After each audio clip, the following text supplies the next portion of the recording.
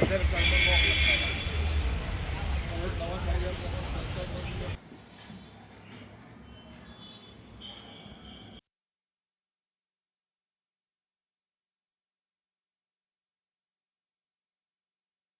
પરિચય અને જે કોર્ટ દ્વારા ચુકાદો કરવામાં આવ્યો છે.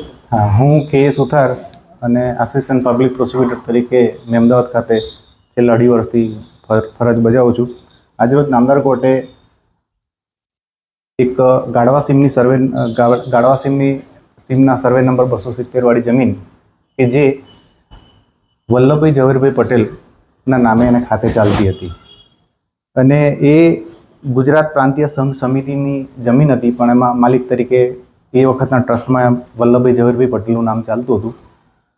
વર્ષ 2004માં જ્યારે કમ્પ્યુટરાઇઝ રેકોર્ડ થયું ત્યારે આગળ જે ગુજરાત પ્રાંતીય સંઘ સમિતિ GUPRA લખેલું હતું રેકર્ડમાં, એ દૂર થઈ ગયું અને ફક્ત વલ્લભભાઈ ઝવેરભાઈનું નામ રેકર્ડમાં રહેલું અને જમીન જૂની શરતની થયેલી. એનો લાભ આરોપીઓએ લઈ અને હીરાભાઈ કલાભાઈ ડાભી ને વલ્લભભાઈ ઝવેરભાઈ પટેલનું નામ ધારણ કરાવી ભૂપેન્દ્રભાઈ દેસાઈભાઈ ડાભીએ આ ગાઢવા સીમની સર્વે નંબર 270 વાળી જમીનનો વેચાણ દસ્તાવેજ પોતાના નામે કરાવી લીધેલો. આ હીરાભાઈ કલાભાઈ ડાભી વલ્લભભાઈ ઝવેરભાઈ પટેલ હોવા બાબતની ઓળખ તેના જ પિતા દેસાઈભાઈ જેહાભાઈ ડાભી એ આપેલી અને એમણે પણ ખોટું નામ ધારણ કરેલું અને બીજા ઓળખ આપનાર તરીકે પ્રતાપભાઈ સકરાભાઈ ચૌહાણ બંને જણાએ આ હીરાભાઈ કલાભાઈ ડાભીની વલ્લભભાઈ ઝવેરભાઈ તરીકે આ વેચાણ દસ્તાવેજમાં ઓળખ આપેલી.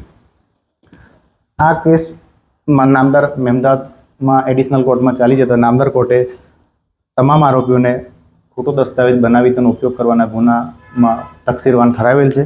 ઇપીકો કલમ 465માં 1 વર્ષ, 467માં 2 વર્ષ, 468માં 1 વર્ષ અને 471માં 1 વર્ષ અને તમામ કલમોમાં 1000 રૂપિયાનો દંડ તમામ આરોપીઓને કરેલો છે. હીરાભાઈ કલાભાઈ ડાભી કે જેમણે વલ્લભભાઈ ઝવેરભાઈ પટેલનું નામ ધારણ કરેલ હતું એ ચાલતા કામે ટ્રાયલ દરમિયાન કુદરતી અવસાન પામેલા છે. એટલે બાકીના 3 આરોપીઓને નામદાર કોર્ટે આજે તકસીરવાન ઠરાવેલા છે.